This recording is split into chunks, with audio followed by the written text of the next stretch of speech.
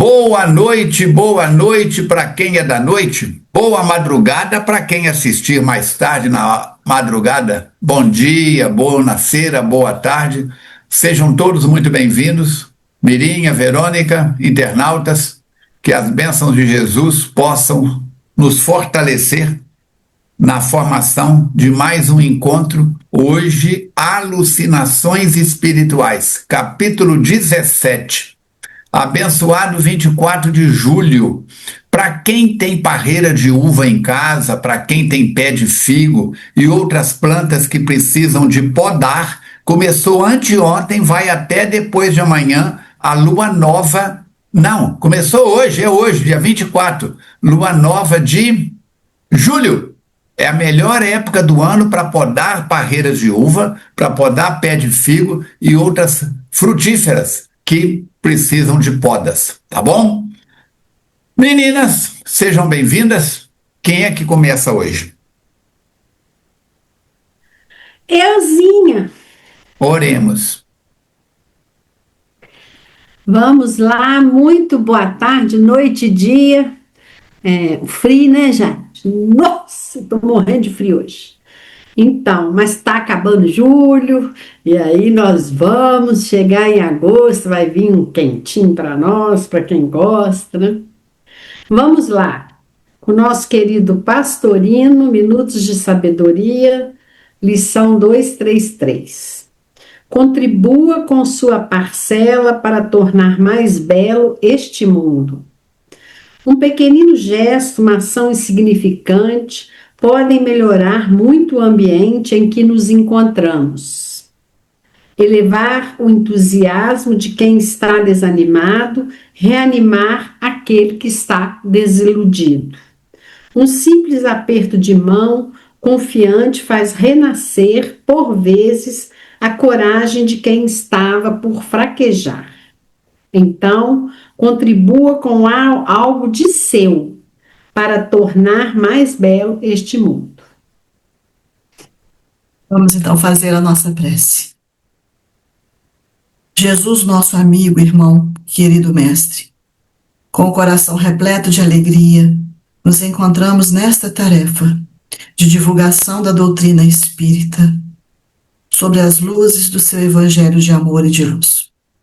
Que possamos, Jesus, nesses instantes, refletir, aprofundar, comentar sobre preciosos apontamentos que o Manuel Filomeno de Miranda nos traz, nos ajudando para que possamos, na nossa caminhada, ter mais acertos, confiarmos e pisarmos firmemente na direção do alto, e que com esses exemplos aqui trazidos de outros irmãos, podemos também nos inspirar para poder fazer as melhores escolhas, rogando a Maria Santíssima que envolva a cada lar aqui representado, amparando, protegendo, inspirando, para que possamos, Senhor, a cada dia da nossa caminhada, florescer com situações simples, como o companheiro Pastorino nos disse, gestos de gentileza que façam com que nós possamos realmente tornar este mundo melhor.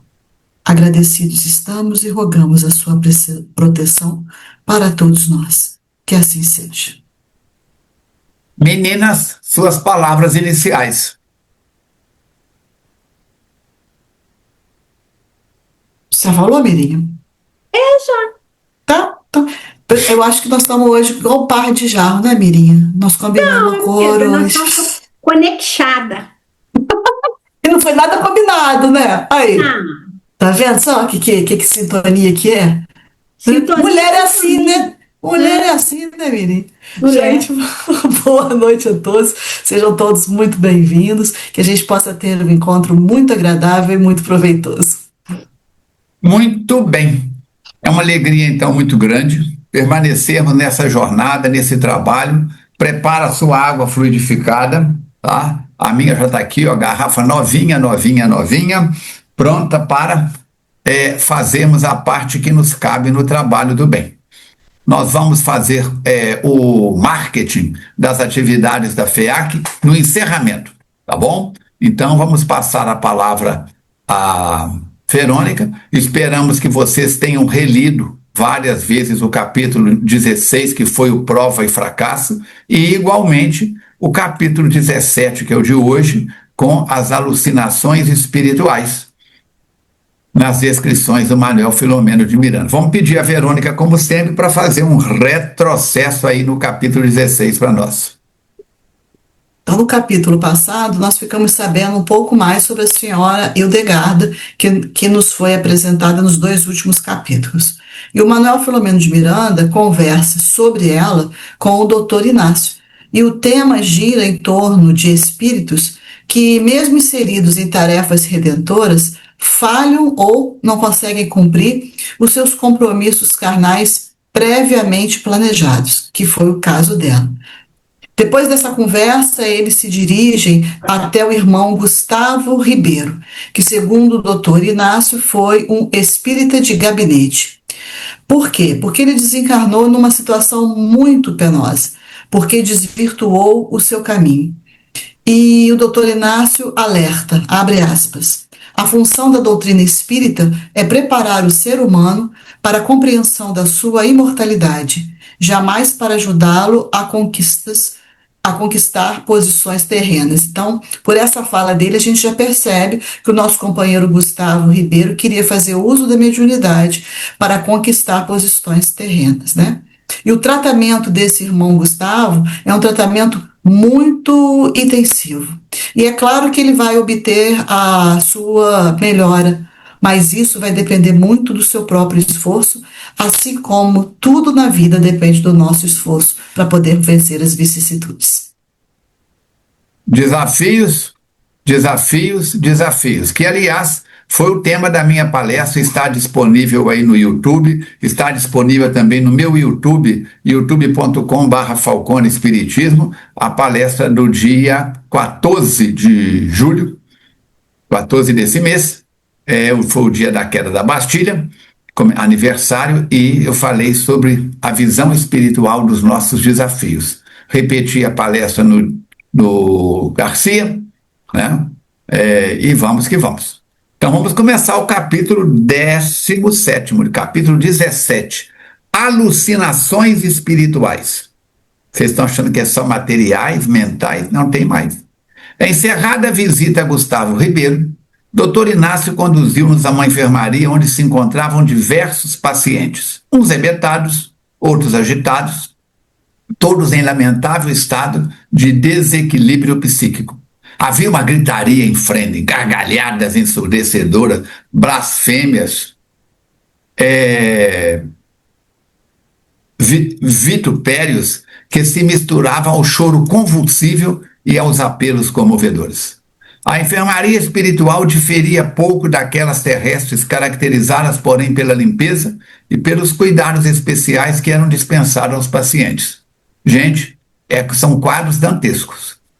Havia, não obstante o tumulto, uma psicosfera de tranquilidade e de dedicação ao próximo que surpreendia.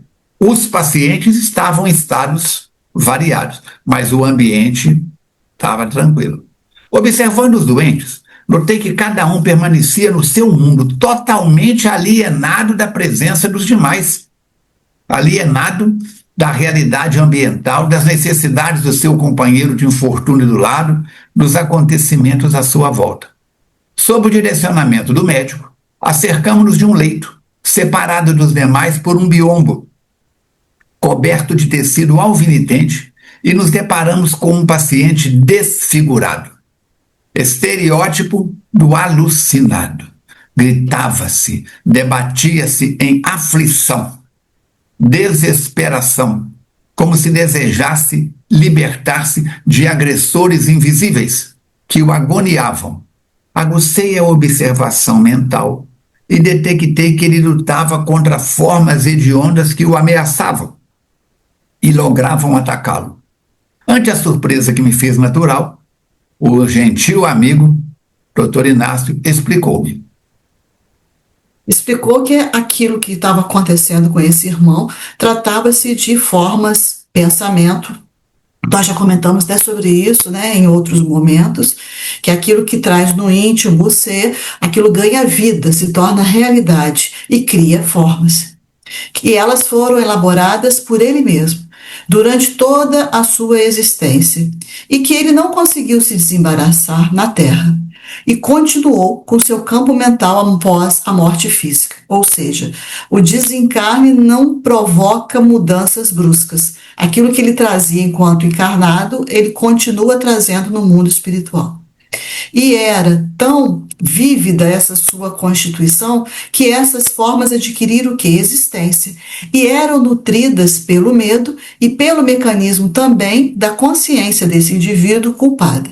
E quem era esse espírito? É o irmão Honório, vítima de si mesmo, porém com uma diferença em relação ao Gustavo, que ele terá a oportunidade de constatar. E a gente ressalta aqui o livro Pensamento e Vida, de Emmanuel, que é um livro muito bom sobre essas questões mentais e de forma pensamento. E ele tem uma frase que normalmente a gente escuta e pronuncia com muita frequência do meio espírita, que é: a mente é o espelho da vida em toda parte. Então, aquilo que a gente pensa, aquilo que a gente deseja, aquilo que a gente alimenta, é o espelho que vai refletir a nossa realidade. Indagando quanto aos procedimentos que deveriam ter antecipado aquele momento, o doutor Inácio foi informado de que a sala estava preparada, faltando somente anestesiar o paciente para conduzi-lo. Falcone, como que é essa anestesia no mundo espiritual? A anestesia aí não é feito com uma injeção. Tá? A anestesia no centro cirúrgico, anestesia para uma pequena cirurgia no consultório, anestesia dentária, se faz através de uma agulha de injeção, de uma seringa, com um elemento químico que vai criar uma analgesia naquela área, uma dessensibilização à dor. Aqueles nervos perdem temporariamente a comunicação com a central cerebral. Ficam como que adormecidas. E aí acontece a anestesia. No caso aí, é por imposição magnética. É por imposição magnética. Nos quadros de hipnose, na hipnose de palco, por exemplo, ou na hipnose terapêutica, pode-se aproximar um cigarro da pele de alguém em estado de hipnose, que ele não sente a brasa de jeito nenhum. Alguns chegam para demonstrar a encostar o cigarro e a pessoa não sente nada, não fica nem marca, porque a região está totalmente alterada, o campo eletromagnético. Para isso é necessário que o hipnólogo seja alguém de competência e responsável. Então, pode ser feito tranquilamente, pela ação de uma mente sobre outra mente, magneticamente. E de surpresa em surpresa, que cada hora o Filomeno disse que tinha uma surpresa em todo esse processo, né?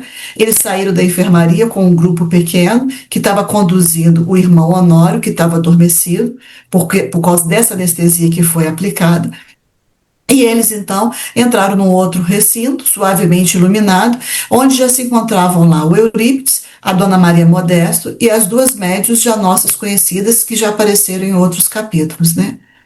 No ar tinha uma vibração de paz, o recinto estava invadido por ondas de bem-estar, quase uma imperceptível melodia própria do ambiente, que convidava a todos à reflexão e à prece. E após colocar o Honório numa cama, e depois de breves considerações, o Eurípides então fez uma oração para dar início ao tratamento. Jesus é Celso terapeuta. Os enfermos espirituais, que somos quase todos nós, reunimos-nos mais uma vez no hospital de amor que nos confiaste, para rogar-te diretriz de segurança para a conquista da saúde eterna. Apesar de conhecedores que somos dos sublimes recursos do amor, ainda não conseguimos aplicá-los com a eficiência desejável, razão pela qual apelamos à tua sabedoria para que nos inspire a sua aplicação na dosagem correta de medicamento libertador. Anelando por servir, perdemo-nos não poucas vezes no labirinto dos interesses mesquinhos e pessoais, deixando a empresa da fraternidade em plano secundário. Ajuda-nos a manter a força moral indispensável para nos não desviarmos do objetivo central da evolução, que é o bem-fazer. Neste momento, vem ter conosco na Praia da Compaixão para auxiliar-nos a recuperar o náufrago da viagem terrestre, cujo barco orgâneo se esfacelou nos recifes das paixões. Colocamo-nos em tuas mãos, hábeis. Aguardamos que nos guies mediante a inspiração de que necessitamos. Vem, pois, médico das almas, socorrer-nos. Suplicamos-te. Suplicamos-te. É Eurípides Barçanufo. Teve contato com Jesus quando encarnado, está no livro lá do Humberto de Campos. Oremos juntos com ele. E ao silenciar, graças à unção com que ele havia pronunciado cada palavra, a vibração superior mantinha-se naquela sala, gerando uma emoção de paz e de confiança ilimitada. Sentados em um semicírculo fronteiro ao leito de Honório, percebemos que Dona Maria Modesta entrava em transe profundo. E à medida que se lhe alteravam as formas do rosto, suave ectoplasma era exteriorizado pelas duas damas, envolvendo a médium, auxiliando-lhe a transfiguração. O que nós conhecemos de ectoplasma é do médium encarnado. Esse ectoplasma do espírito desencarnado, é claro que deve ser uma substância diferente, mas tem o mesmo efeito para a formação. Aqui para materialização, lá também? Aqui é retirado das glândulas, do sistema glandular, que o perispírito também tem. Se a matéria lá é quintessenciada, é um ectoplasma quintessenciado. Vamos dizer assim, o nosso seria um tecido de cobertor grosso. O de lá seria um voal, bem fininho, entendeu? Mas com as mesmas características e funções daqui. Ou até mais recursos. O semblante empalideceu expressivamente, a respiração se fez opressiva, um ricto, que é um riso forçado estranho, apareceu na face, desenhando uma figura estranha, quase uma máscara de sarcasmo, semelhando-se às oleogravuras representativas de Satanás, que entre tremores ele começou então a gritar. Eu sou o senhor dos vândalos e perversos. Sou a chibata que estimula e que pune. Sou Mefistófeles, de que se utilizou Goethe para o seu Fausto. Aí a gente para aqui só para a gente esclarecer. Goethe, que ele se refere aqui, é um escritor alemão, que foi autor de uma peça de teatro chamada Fausto, e nessa peça, esse Fausto, que era um médico, estava insatisfeito com os limites do conhecimento humano. E ele busca, então, a sabedoria e prazeres através de um pacto. Com quem? Com Mefistófeles, que é uma figura demoníaca que representa as tentações do mundo. Então, essa pessoa estava se utilizando desse personagem para se apresentar ali, né? Atendo aos chamados, inspiro e passo a comandar aqueles que me afeiçoam e passo a dever minha alma. Logo, se me faz oportuno, arrebato-a para os meus domínios.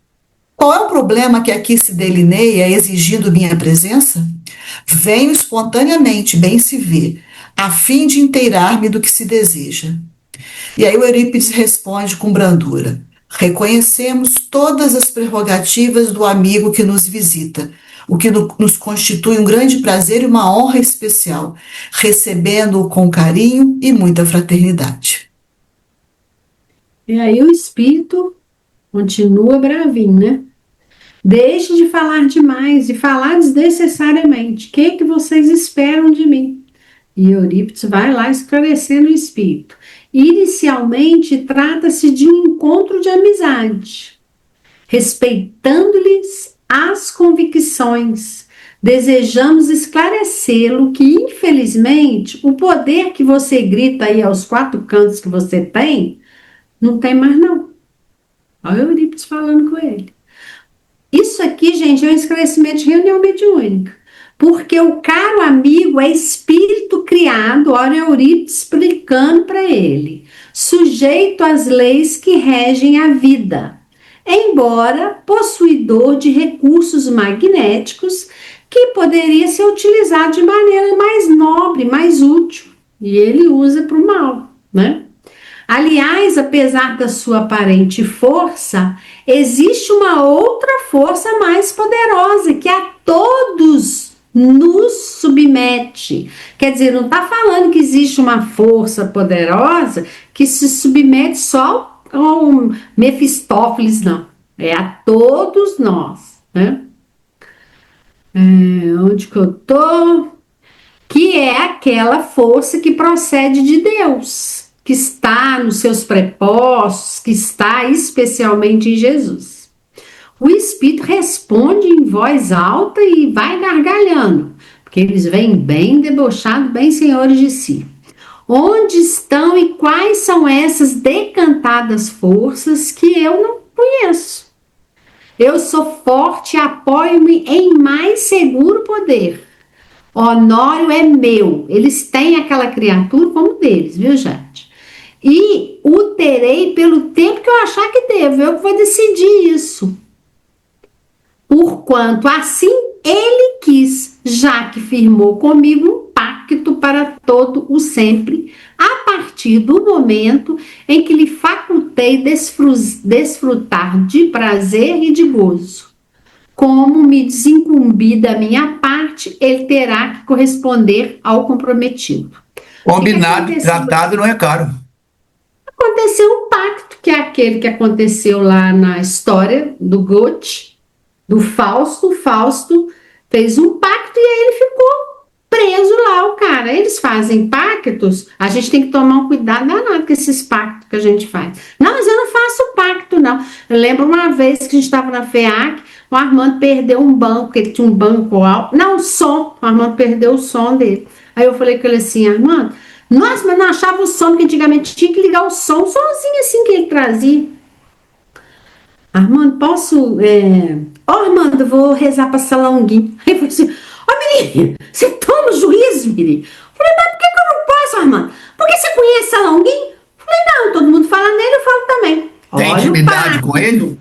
Olha o pacto, minha filha. Você já tá falando com ele que se ele achar, você vai pular para ele 3 pulinhos, gente. Isso é pacto.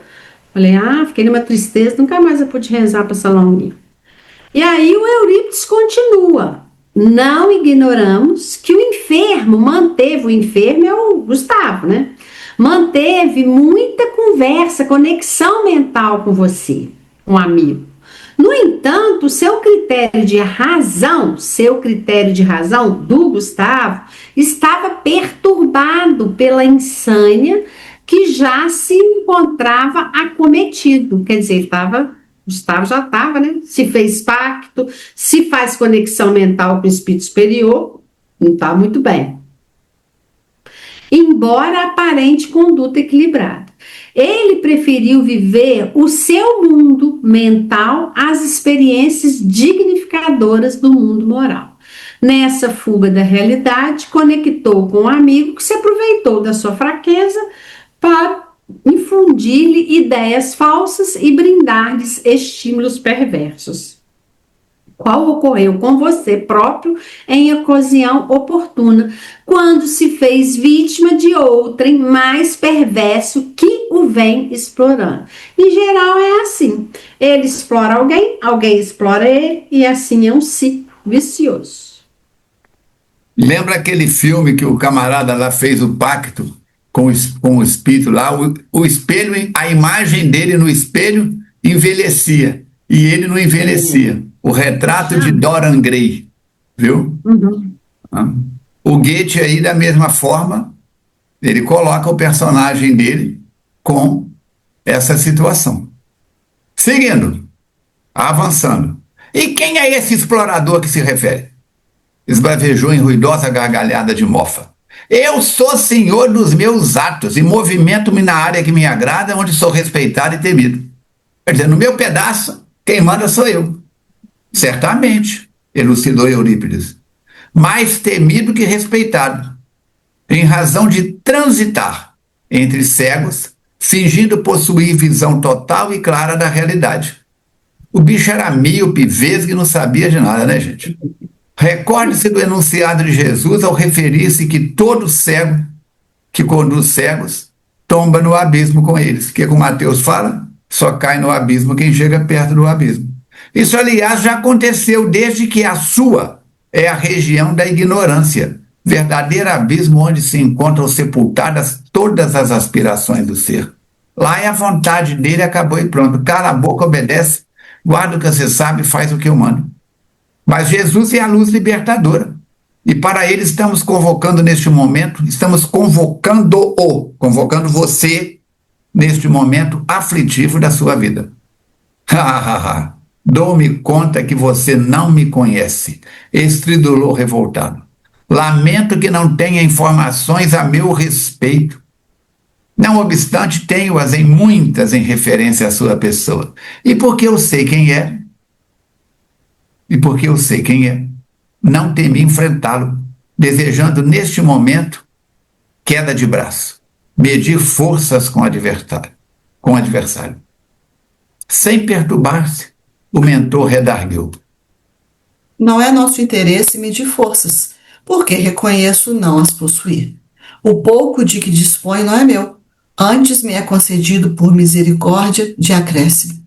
Além do mais, apoiamo-nos no amor, e com ele esperamos encontrar o recinto de paz e entendimento para seguir juntos na direção da grande luz. A mim não me interessa grande ou pequena luz, falou ele com desdém. Já tenho a minha claridade essencial, aquela que me norteia os passos. A questão, todavia, é outra. Trata-se de Honório e nada mais me interessa. Quer dizer, ele não queria que essa separação entre os dois acontecesse. E aí o doutrinador diz, pois eu penso diferente. Creio que se trata de você, que se encontra em sofrimento e que escamoteia, esconde esse sofrimento com a máscara da indiferença. O nosso irmão Honório, que tem sido sua vítima, naturalmente necessita de libertação, para que posteriormente você se libere dos próprios conflitos. Isso não me interessa nem tampouco a você, reagiu com violência verbal. Continuarei cobrador inclemente com aquele que me é devedor, a quem tudo ofereci conforme me solicitou, e o realizei com a severidade que o assunto quer. Ele não está querendo soltar do outro mesmo, não. Não quer, não. Situação, né? Com todo respeito à frase que eu vou dizer, como diz o pessoal, tá igual o cachorro, não quer largar o osso, não. Você tenta tomar o osso da boca do cachorro e tá... Não quer, não. E a gente que se prende a essas criaturas, viu, gente? Não pensa que são eles que estão presos na gente, não, né? E fazendo uma correção aqui, eu falei Gustavo, né? Não é Honório, viu, gente? Corrija aí um pouquinho para trás que eu falei Gustavo. Novamente, o amigo se equivoca. O único doador real é Deus. E o Espírito estava espumando pelo canto da boca, a quem tudo pertence. O que parece pertencer-nos é de sua propriedade, da propriedade de Deus, especialmente no que diz respeito ao poder, que no mundo é sempre transitório e vão. Por um processo de afinidade, o caro Mefistófeles estimulou mentalmente o descuidado, já que ambos navegavam na faixa da ilusão, facultando-lhe experiências perturbadoras e doentias que se lhe fixavam na mente, gerando formas psíquicas, que são essas que a Verônica citou, que se condensavam quando lhes recorria às imagens para deleitar-se na alucinação que o assaltava. Exijo que me respeite, falou lá o espírito. Não vim aqui para ser desconsiderado. Essa frase deles é assim, clichê. O meu problema é com o bandido traidor. Realmente, ele estava cobrando do Honório, né? Mas posso aceitar o desafio e enfrentá-los a todos os senhores. É o poderosíssimo. Porque sou decidido e sei o que necessito, bem como a melhor maneira de segui-lo. Ele está Sempre. dentro da casa do Eurípides Barçanufo. Ele está na região espiritual da luz, num ambiente de equilíbrio. E como dizia minha avó, pintinho saíram do ovo e cantando de galo. Cantando de galo. Ó, e detalhe, que eu e Falcão estamos falando assim, quer ver? Onde está essa serenidade que lhe é peculiar? Nós que estamos numa reunião dessa, precisamos aprender a respirar, não enfrentar esse espírito, se posicionar sim, não deixar que ele acha que ele vai gritar, mandar, esbravejar ali dentro, porque não vai não, porque ali é a casa do Cristo. Mas se ele toca num ponto, que toca no meu ponto, que em geral acontece isso, no meu ponto de desafio, eu preciso respirar e me equilibrar, que de forma nenhuma eu posso ter embate com ele. E aí o Eurípides, claro que não perde a serenidade, pois ele é Eurípides Barçanufo, esteve com Jesus, né?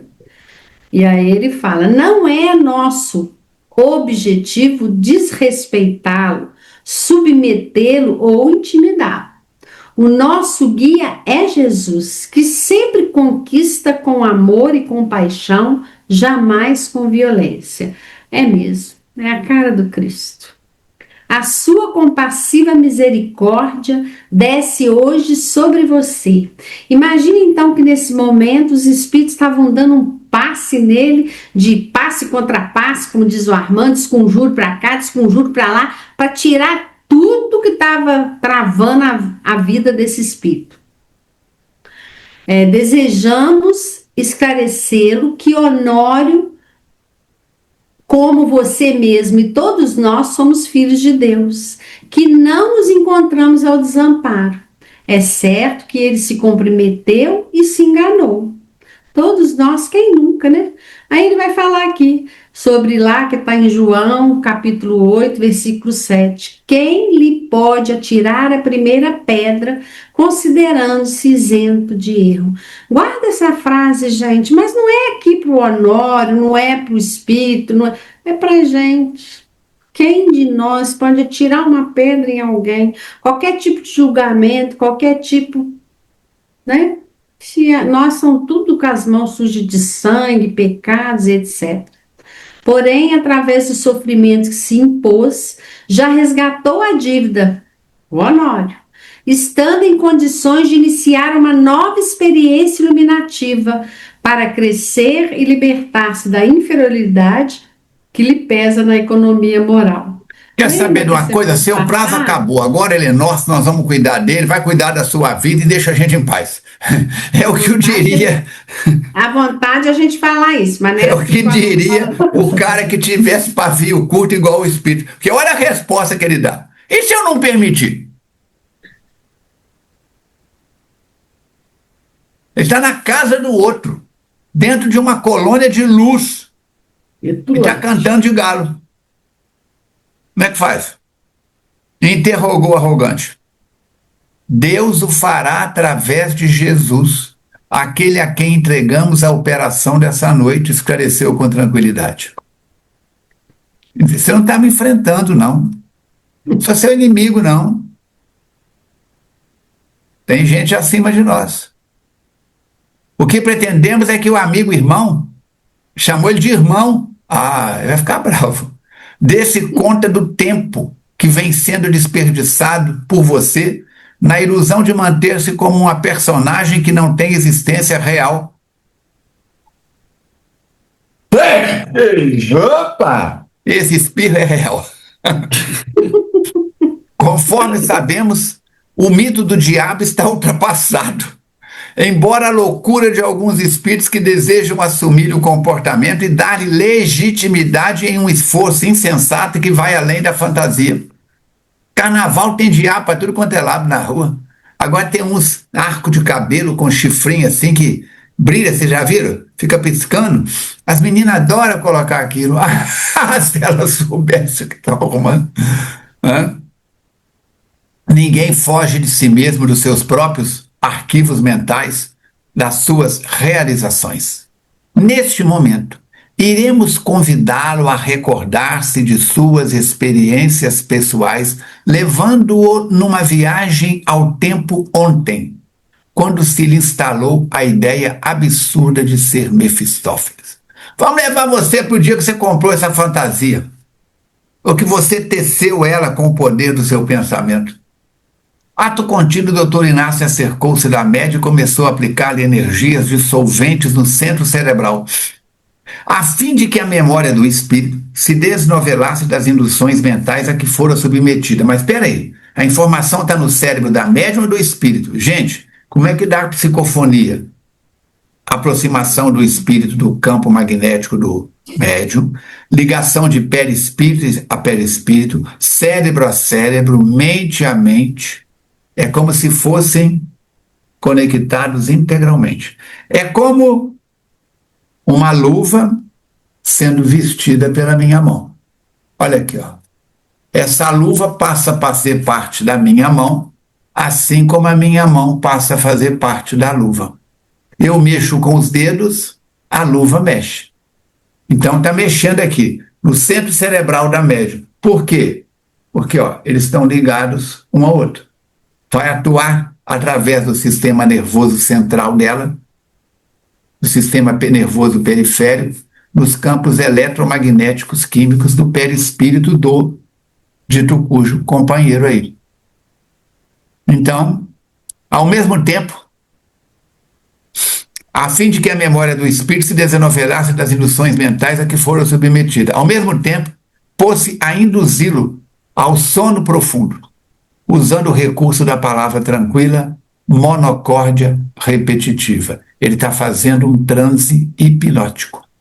Sem muita relutância, o visitante adormeceu e, estimulado a viajar para trás, no túnel do próprio tempo dele, a recuar no passado, no século XIX. Logo, começou a caracterizar-se como um ator em pleno palco, representando a figura dramática da tragédia de Fausto. Enquanto repetia as palavras de Goethe, enunciadas por Mefistófeles, em atitude prepotente e exuberante, o benfeitor esclarecia. Você confundiu a personagem da fantasia trágica que dava vida no teatro com o homem da realidade terrena, igualmente atormentado, vaidoso, sonhador e perseguidor do triunfo na ribalta dos interesses humanos, sem qualquer estrutura em torno da espiritualidade interior. Nossa, colocando o dedo na ferida, né? Repetindo o papel que o fascinava. Ele tem uma autoridade moral no ambiente sobre o espírito que nós, esclarecedores, ainda não temos, é verdade, no plano físico. Repetindo o papel que o fascinava, introjetou-o de tal forma que passou a vivê-lo no comportamento cotidiano, embreando-se no matagal da auto-obsessão. Ao desencarnar, foi, por sua vez, vítima de hábil hipnotizador, que é o que a Mirinha falou, né? Que ele estava influenciando o Honório, mas alguém estava influenciando ele, que o induziu a assumir aquela forma perversa. Para quê? Para que ele fosse útil nos lamentáveis processos de perturbação espiritual em que atirou, desprevenido e insano como tem sido. Enfrente agora a realidade diversa. Você é filho de Deus e necessita ser feliz. Abandone a indumentária triste e ilusória que o veste. Então ele foi um ator que representou esse personagem e depois incorporou esse personagem na sua vida. E enquanto o espírito apresentava expressões faciais diferentes que variavam do espanto ao terror, durante esse esclarecimento, o Eurípides continuava falando com ele. O seu período de sofrimentos também acabou. Atrás da máscara, sempre se encontra o ser humano angustiado, sem roteiro, escondendo suas dores no disfarce da ilusão. Você merece despertar para uma nova realidade, começando a experiência dignificadora, aquela que constrói o ser interno verdadeiramente harmonizado. Então, mostrando para ele que aquela situação trazia infelicidade, que existe a possibilidade de ser feliz e de mudar o traçado da sua vida, e dando maior ênfase à voz, enquanto o doutor Inácio aplicava passes de dispersão energética no espírito, permitindo que aquelas construções ideoplásticas, que eram as formas de pensamento, começassem a desaparecer, Eurípides continua falando com ele com firmeza. Vale ressaltar aqui, gente, que o espírito está sendo atendido por Eurípides Barçanufo numa reunião. Está tratando quem? Está tratando o espírito. O espírito está em tratamento.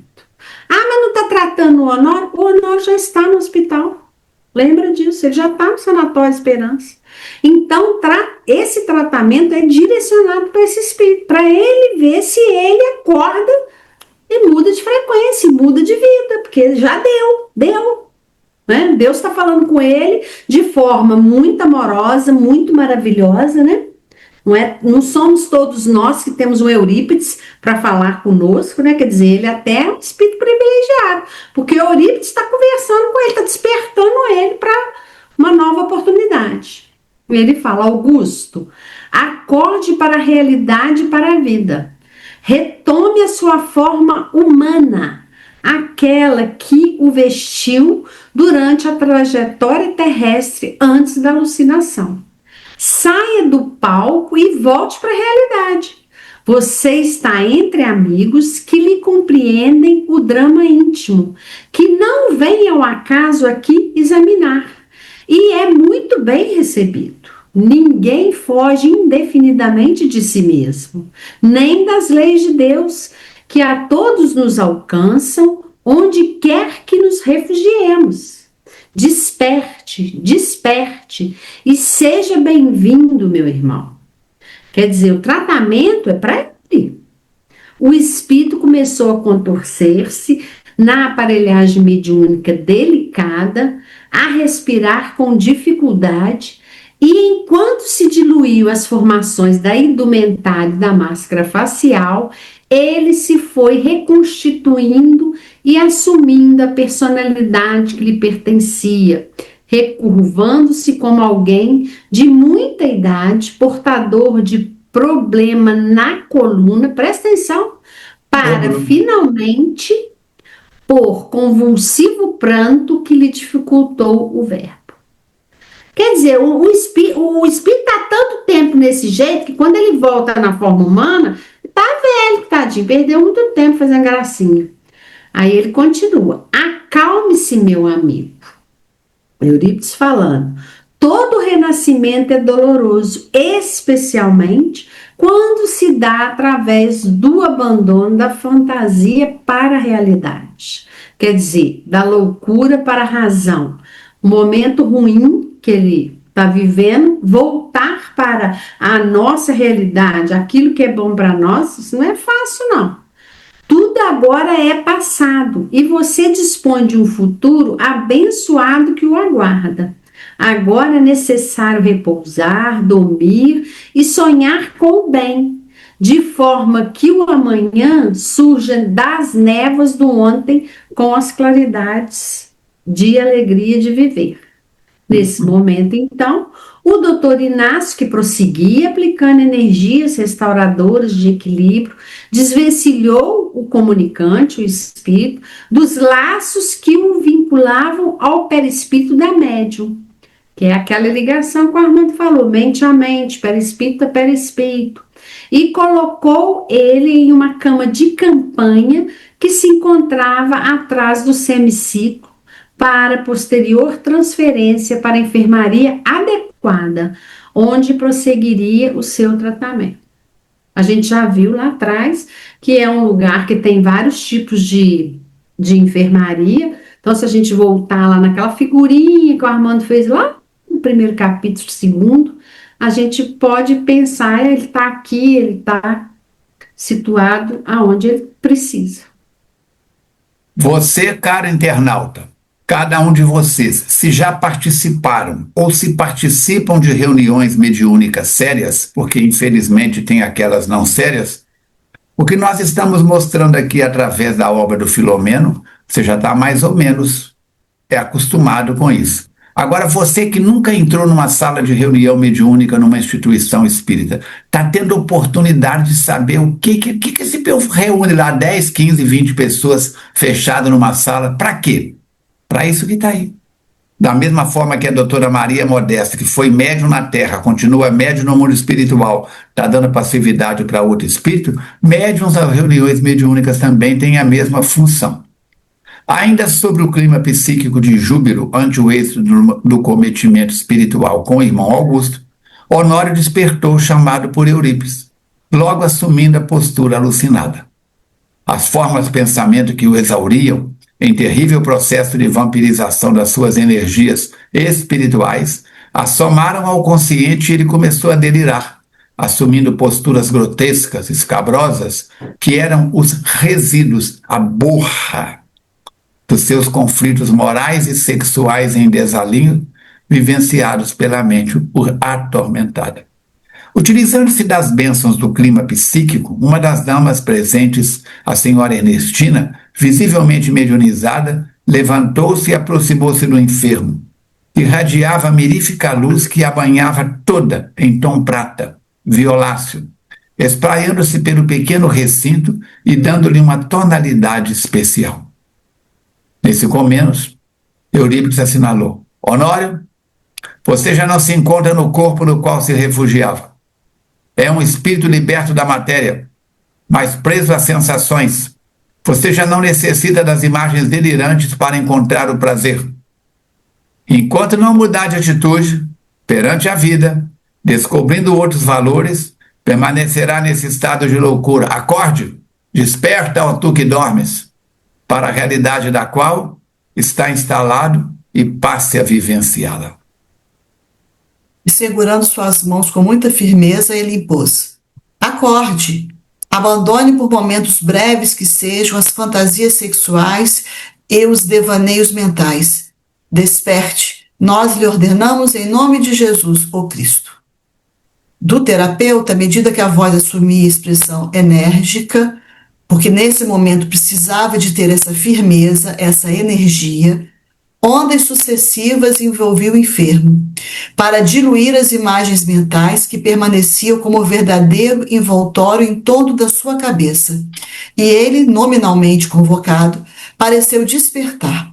Alterou a expressão da face, os olhos recuperaram a normalidade, banhado por débil luminosidade, e enquanto falava palavras desconexas, num retorno lento, como quem desperta de um sono profundo, recheado de pesadelos internos, ele percebeu o benfeitor e escutou o que ele estava propondo. Observe onde se encontra, porque isso também demora. Ele estava durante muito tempo numa situação de hibernação, né? Podemos dizer assim. E está começando a despertar agora. Então isso é gradativo, é aos poucos para ele tomar ciência de tudo aquilo que está acontecendo. Então ele pede para ele observar onde ele se encontra. Você não está a sós como lhe era habitual, porque ele ficou muito tempo sozinho. Aqui estamos alguns amigos interessados em quê? Em ajudá-lo a se libertar de um sofrimento, da loucura, do prazer impossível. Volte à consciência e olhe bem à sua volta, para que ele possa perceber que é um ambiente de luz e que os amigos estão ali para ajudá-lo. Agora, mano, se você quiser dar uma levantadinha, dar uma licença, é bom, né? O paciente, então, atendeu a solicitação e quase automaticamente ele gritou quando ele viu um espírito comunicando-se através da dona Ernestina. Deus meu, um anjo, será a mãe de Jesus? E aí ela, para variar, responde: não, meu filho, sou a tua pobre mãezinha, que vem em teu auxílio em nome da nossa mãe espiritual, a mãe sim de Jesus. O paciente ficou muito emocionado, uma emoção sincera, e levantou-se do leito, ajoelhando-se num impulso intempestivo, dobrando-se quase até ao solo, que tentou beijar em uma atitude profundamente comovedora. Aqui, gente, quando a gente está fazendo esse processo todo aqui do livro, desse capítulo, parece que o negócio foi assim milagroso, né? Mas não foi, não. Esse espírito já está sendo abordado pelo mundo espiritual, que o cerca, que o acompanha, que vai até ele, que dá paz. Não é assim, não, que o negócio A gente não funciona. sabe há quanto tempo ele está internado no hospital esperando. Quanto Ia falar tempo? isso, às vezes está muito tempo lá. É. Às vezes está lá, a gente não sabe. Não sabe. Então, assim, não pensa que eu faço balacobaco, depois os bons espíritos vão lá e resolvem para mim. O negócio não é assim, não, viu? O guia dele é mais forte do que o meu. É, viu? Então, a seguir, ele explicitou. Vamos lá. O que que o espírito Volte falou? para o céu, mamãe, porque eu não mereço a sua presença. Eu sou um pântano e a senhora é um lírio de Deus. Não me atormente com a sua visita, porquanto eu sou detestável e devo estar sonhando. Não, meu filho. Você está desperto, não é um sonho. Elucidou com bondade e ternura que se misturavam em vibrações de paz. Você já não se encontra entre as pessoas da terra.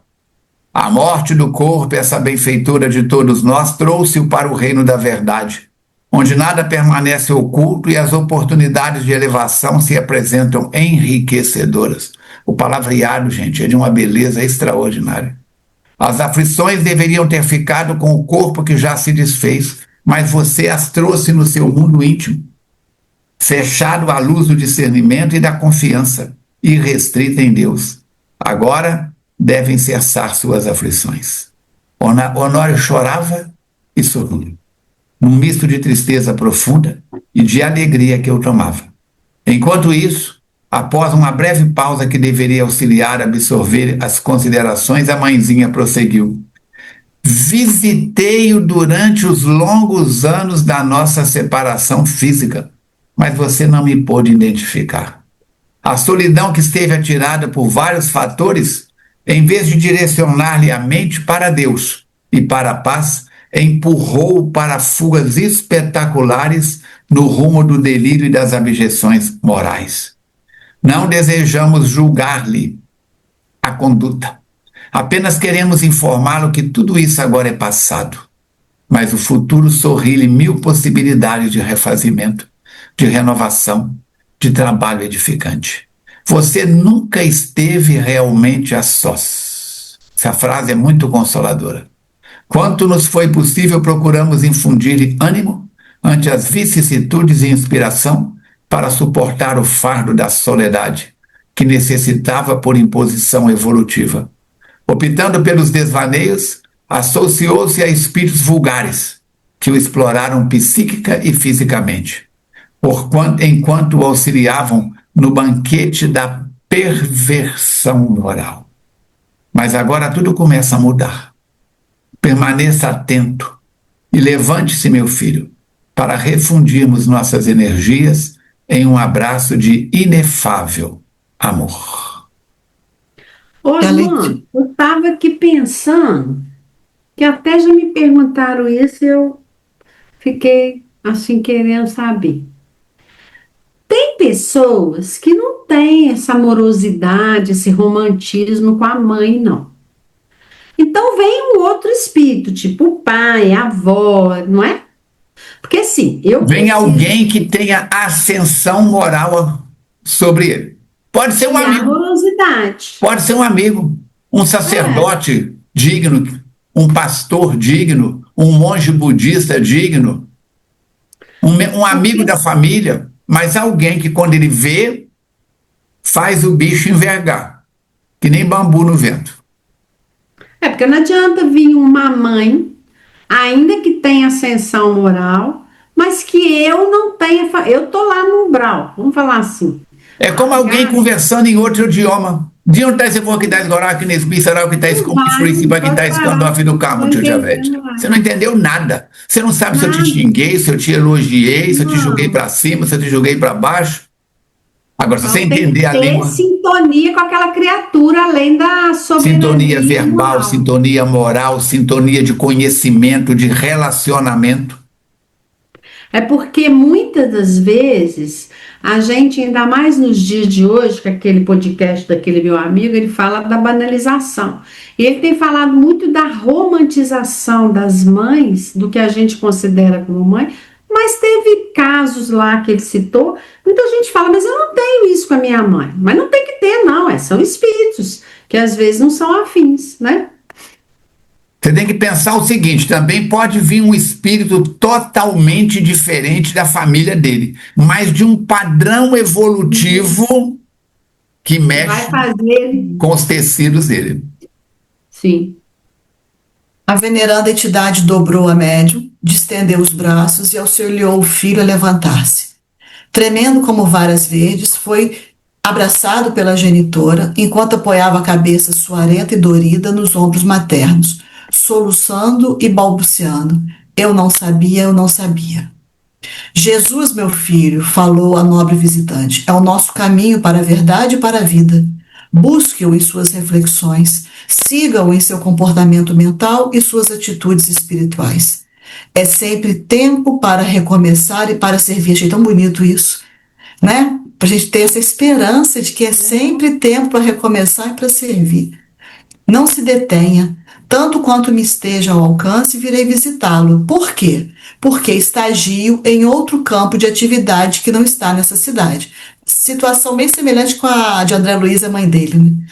O nosso amor facilitará o nosso intercâmbio mental e nos dará força para recuperarmos juntos o tempo malbaratado, as oportunidades perdidas e o serviço que deixou de ser executado. Auxiliando a sentar-se no leito, ela concluiu com doçura: nunca se esqueça do amor de Deus. À medida que você compreendeu o significado deste momento, mesmo que retornando os clichês viciosos à sua consciência, porque isso era uma coisa natural de acontecer, ele estava saindo daquele processo, então esses clichês poderiam voltar. E aí ela fala o que ele poderia fazer nesse momento: reagir e pensar em Deus, buscar a leitura dos textos evangélicos, a fim de que conseguir material iluminativo para o crescimento interior, para o fortalecimento interior. Muito bom ânimo, filho da alma. Que Deus o abençoe e o ampare. Agradecendo ao grupo que lhe criou aquelas condições psíquicas para aquela comunicação, afastou-se da médium que voltou para a consciência. Honório, então, respirava sem muita dificuldade, enquanto as lágrimas lhe escorriam lentas e em reflexão. Tentava fixar na mente a ocorrência de alto significado, sem apresentar, porém, os delírios que antes lhe caracterizavam o comportamento. Pairando peculiar silêncio, Eurípides concluiu a reunião orando. Sábio médico das almas. No momento em que encerramos a operação espiritual de libertação dos espíritos emaranhados no cipoal do erro e da amargura, reconhecemos que foste tu, aquele que agiu por nós, e por nosso intermédio, exteriorizando o teu inefável amor, que os impregnou, liberando-os de si mesmo e abrindo-lhes os horizontes da saúde interior e plena. Agradecemos-te, benfeitor da terra, e curvamo-nos humildemente ante tua magnanimidade, rogando-te que não nos deixes a sós na longa marcha ascensional, para que não venhamos a perder o teu rumo, que é a nossa segurança. Suplicando-te que nos envolvas a todos nós nas tuas mercês, concluímos o labor desta noite, preparando-nos para a permanente amanhã de nossas vidas. Sê, pois, conosco, hoje e sempre. E assim se podia perceber a emoção que ia muito além das palavras e a humildade real, verdadeira, que vestia a todos de beleza e gratidão. E a seguir, depois de alguns momentos com uma conversação edificante, despediu-se e afastou-se com as médiuns, o Eurípides, rumando para novos devires. O Honório foi conduzido a uma outra enfermaria individual, onde ele passaria a receber uma assistência diferente daquela que era oferecida até não, porque a necessidade dele agora mudou, enquanto o doutor Inácio, o Filomeno e o Alberto foram em direção aos seus aposentos. E caminhando silenciosamente, porque a ocasião proporcionasse uma oportunidade, o Filomeno tem que fazer uma pergunta. Estou esperando a hora que ele ia dar dele, né? Honório continuará lúcido a partir desse momento? Aí responde, não totalmente. Os processos de auto-obsessão prolongada deixam muitas sequelas que somente o tempo e o esforço do paciente poderão drenar, superando-as. Quer dizer, foi aquilo que a Verônica falou, as necessidades dele agora de tratamento são outras, né? É como alguém que passou por várias queimaduras. Vai ter que fazer várias cirurgias plásticas, repor tecidos. Quando você vai fazer um implante dentário, que o dentista vê que você não tem massa óssea, então tem que fazer toda uma reestruturação. Não é assim, não. Tirou o espírito, o paciente está... Não. O negócio precisa... Nesse processo, conforme vimos, o enfermo experimentava o assédio do seu comparsa obsessivo, que se mantinha à distância, mas se lhe vinculava pelo pensamento, induzindo-o constantemente à vivência dos prazeres vulgares. Fazia-se vítima do desequilíbrio pessoal e da ligação perversa. Amparado aquele que o perturbava e que irá enfrentar as consequências de seus atos infelizes, o paciente terá pela frente todo o significativo trabalho, foi isso que Falcone falou, de reconstrução mental, de reestruturação do pensamento, de mudança de conduta moral, isso tudo vai precisar ser feito por ele, com a ajuda dos benfeitores. No entanto, sob o adequado tratamento que se prolongará pelo período necessário, conseguirá readaptar-se ao correto, ao moral e ao saudável. Lembra, gente, que Falcone, na reunião passada, falou que bom que já está lá. Que bom que está lá sendo atendido, né? E o que acontecerá com Mefistófeles? Vai o Filomeno curioso, não sossega esse Filomeno, Jesus sacramentado. Será atendido conforme merece. A Joana fala que não é o que a gente merece, não, viu? É o que a gente necessita.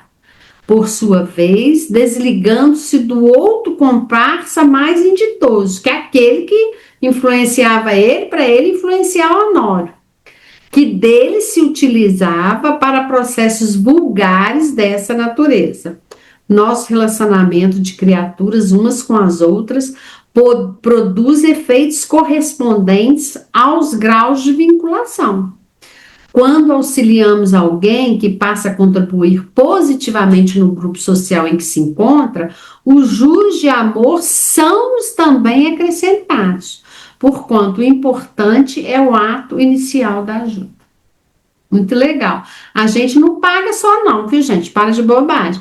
A gente tem a resposta positiva. E é muito legal quando você se dedica ao bem, quando você se dedica à reforma íntima e está no processo de autoconhecimento, porque precisa estar no processo para entender isso, a gente vê a resposta dos amigos espirituais em consolação, coragem e força. Não há na doutrina espírita salvação para nada, a gente não fica rico, a gente não muda, como diz o Divaldo ontem, que eu já falei com vocês, que eu escuto o Divaldo toda noite, na mensagem de ontem ele disse: a doutrina espírita não desvia 1 centímetro do nosso programa reencarnatório, mas ela auxilia, consola, fortalece a gente em tudo. Tudo. É isso aí, a resposta vem. Bem. Da mesma forma, quando nos responsabilizamos pela degradação ou queda, infelicidade ou desalinho de outrem, todo o volume de desares que aparece é adicionado à nossa atitude primeira, aquela que deu curso aos desatinos que tiveram lugar a partir dali. Já comentamos várias vezes, Allan Kardec pergunta: o homem é responsável pelo mal que faz? Não só pelo mal que faz, como pelo bem que deixa de fazer e pelo mal que disso advém. É a 642, não é isso? Que dá essa colocação para nós. Eis porque o bem é sempre melhor, mais proveitoso, mais positivo para aquele que o realiza. Mateus Fraga diz, nem que esteja para levar vantagem, pensa no bem, fala no bem, age no bem, seja do bem. Nunca devemos desperdiçar o ensejo de servir, de amar, de contribuir em favor do progresso. Por menor que seja a nossa contribuição, por menos valiosa que se nos apresente, estamos convidados a construir, nunca a perturbar, a erguer, a amar as culminâncias, jamais a impedir o avanço, seja qual seja a justificativa que façamos. Silenciando naturalmente, respeitamos-lhe o cansaço natural e logo mais, atingindo o apartamento onde me hospedava, despedi-me de Alberto e do nobre missionário da psiquiatria, buscando também conveniente repouso. Questão certa, Falcone, 642 mesmo. Isto, 642. Gente, foi fácil digerir alucinações espirituais? Prepara que a semana que vem tem socorro de emergência. Que emergência será essa? Releiam o capítulo 17, em favor da sua paz. Releia, Falcone, em favor da sua paz. E vamos ler com atenção o socorro de emergência. Os nossos comentários são despretensiosos. Estamos criando um círculo de amigos com compromisso, com disciplina, para o propósito do bem. Ajudemos-nos uns aos outros. A união faz a força. E sigamos.